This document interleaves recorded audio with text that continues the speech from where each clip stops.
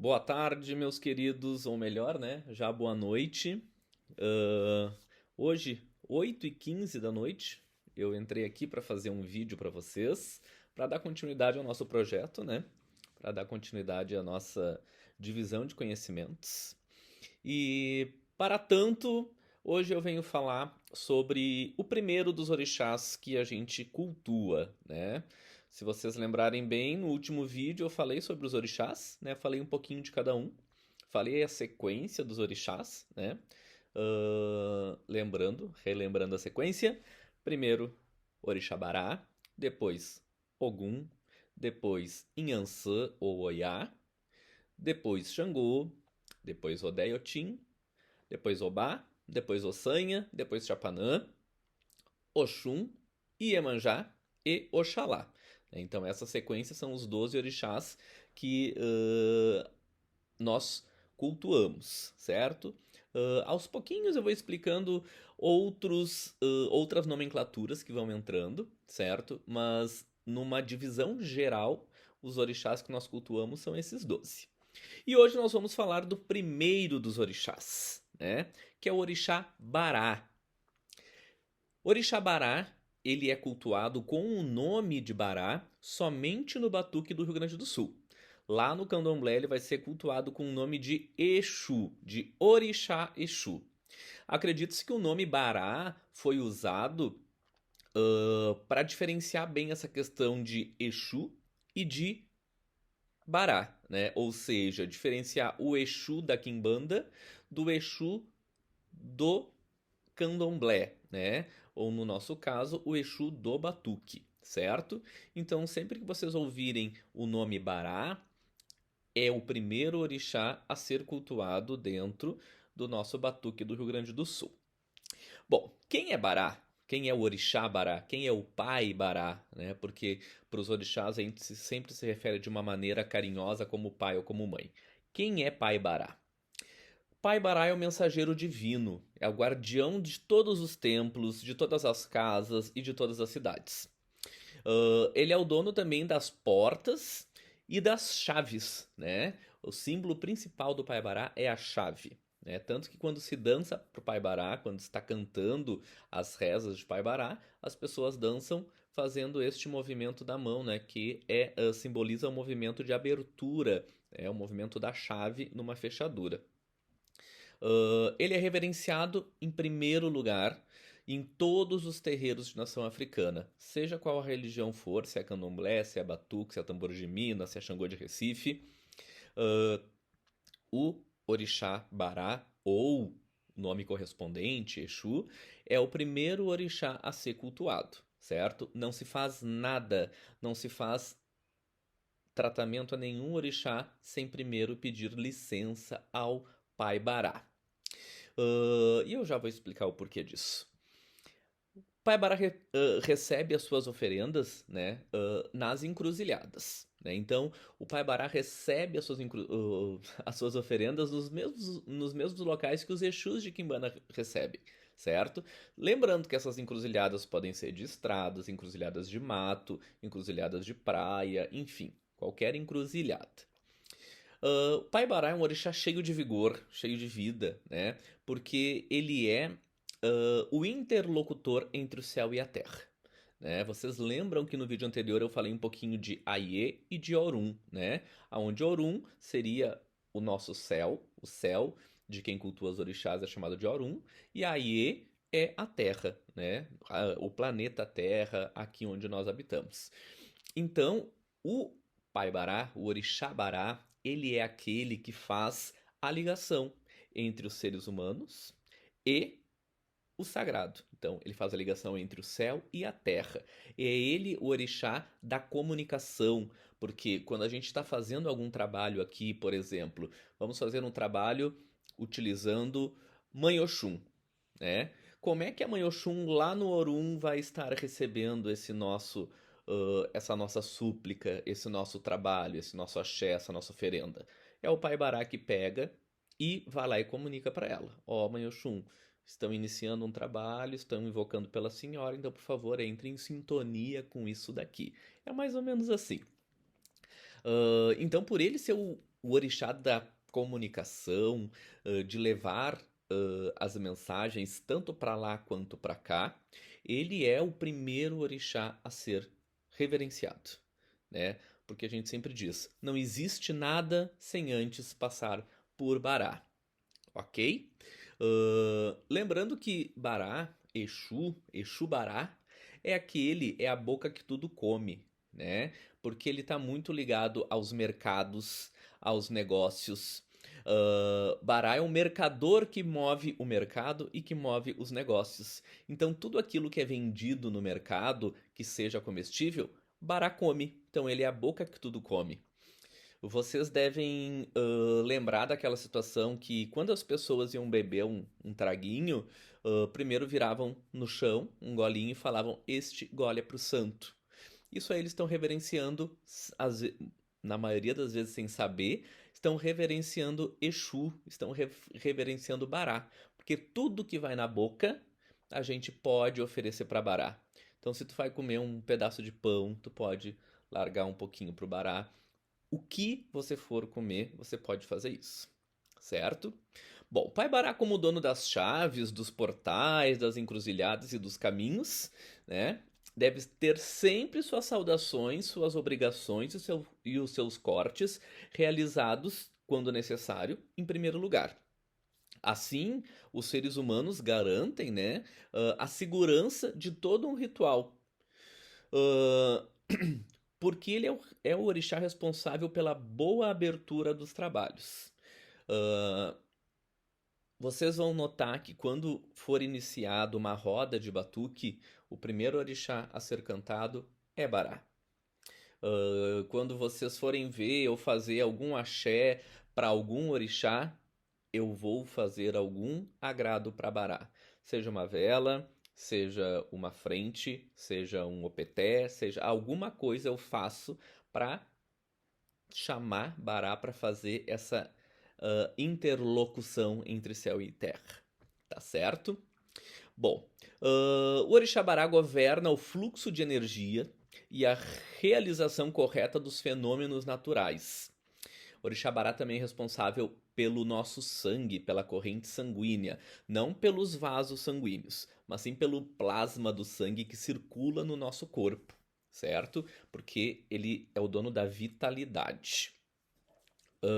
Além de ser o dono da vitalidade, ele também é o dono do pênis, né? É o dono daquilo que traz a força do ser humano. Então é muito comum a gente ter associado ao Orixá Bará os instrumentos fálicos, né? Os instrumentos pontiagudos que vão representar essa parte de dominância deste orixá no corpo humano. Orixá é também um orixá responsável pela boa abertura dos nossos trabalhos.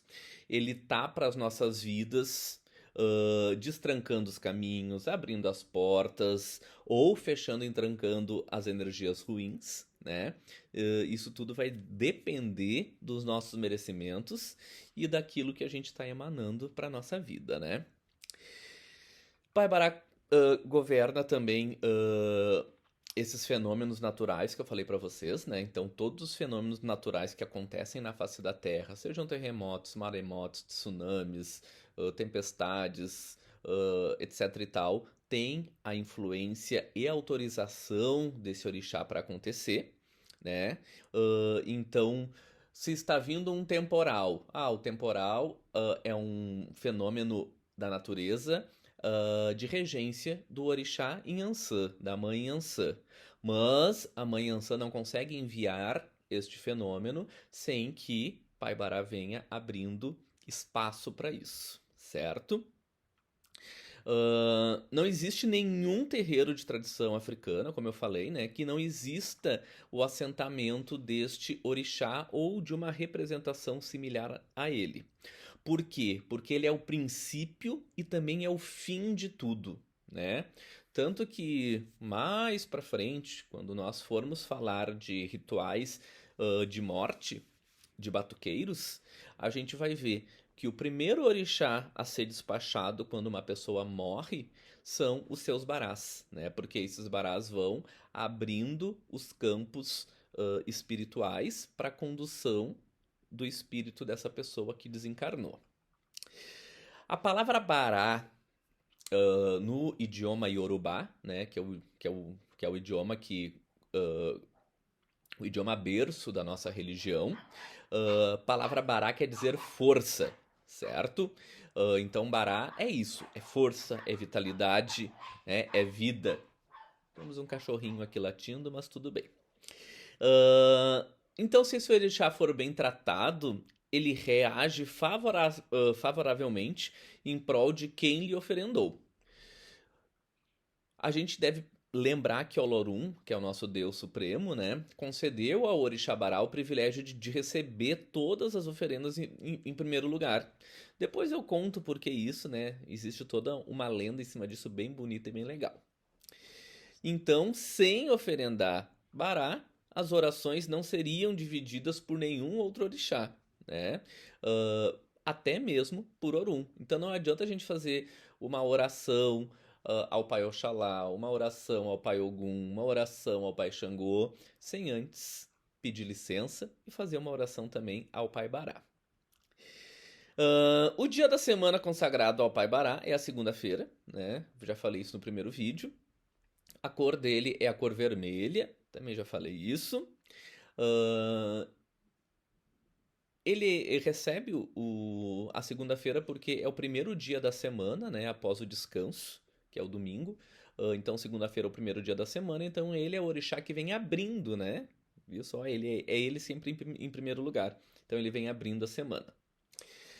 As oferendas para Orixá Bará, né, as comidas que ele recebe no seu prato como oferenda, como uma frente que a gente também chama, né? Vocês vão ouvir falar muito sobre frentes, né? Vou frentear tal orixá.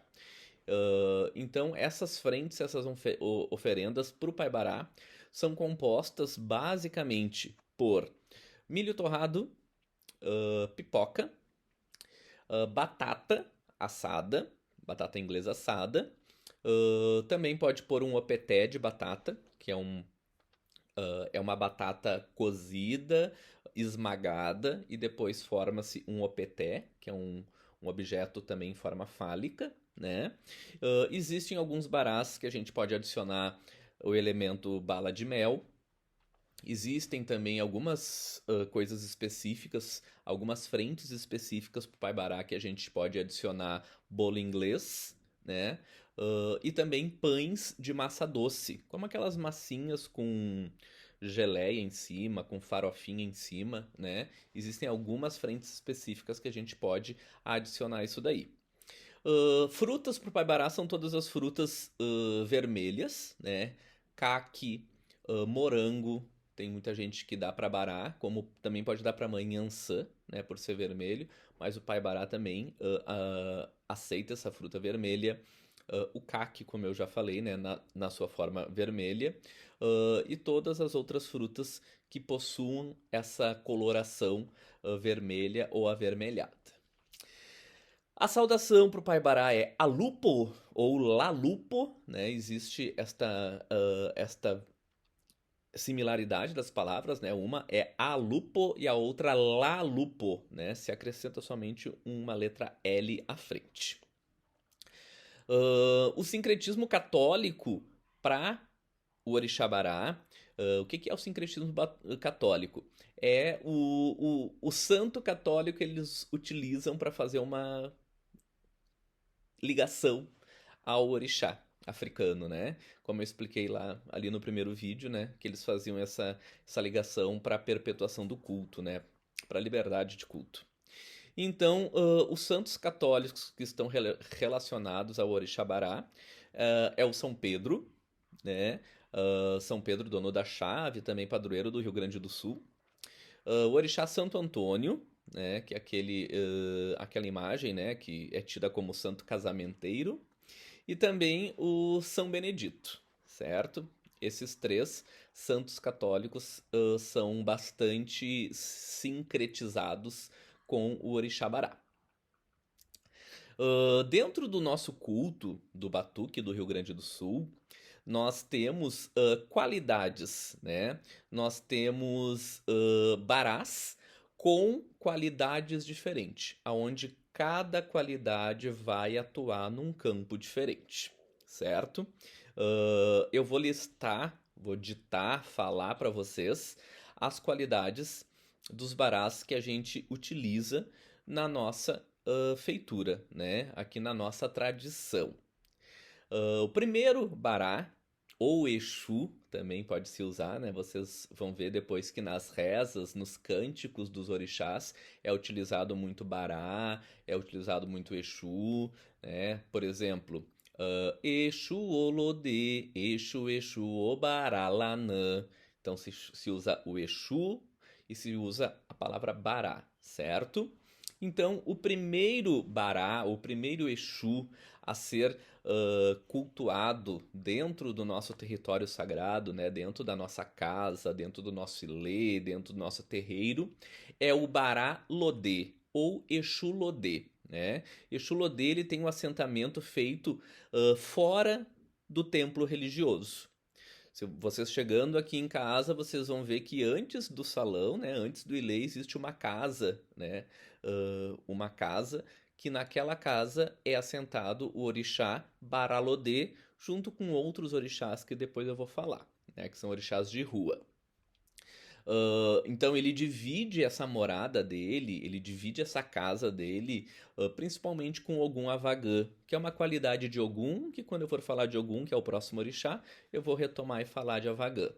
Além de dividir a casa com Ogum Avagã, ele também divide a casa com Elegbara, que a gente chama de Leba, e também com Exu de Burucum, certo? Em outro vídeo eu falo especificamente dessas duas divindades, né, que é o Leba e o Burucum.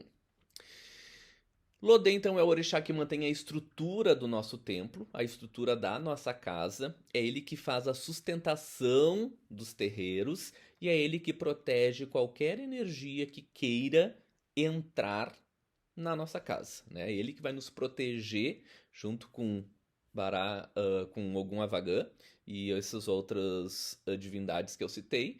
Eles vão fazer, vão guarnecer, vão fazer uma proteção da nossa casa para que as energias negativas não adentrem dentro do nosso terreiro. Após o Baralodê, nós temos o Exu Abanadá ou Bará Abanadá, certo? Este bará, ele tem uma característica bem específica, né? Ele é assentado somente para proteção de casa. Ele não é assentado para ser ligado a nenhuma pessoa, né? Diferente dos outros barás, que Bará Lodê, Bará Adag, Bará Lanã e Bará Gelu, qualquer um desses quatro podem responder pela cabeça ou pelo corpo de uma pessoa, ou pelos pés, né? Já o Abanadá é um orixá, é um bará, que ele não vai responder por corpo nem cabeça de ninguém. Ele é um bará somente para segurança, somente para assentamento de segurança.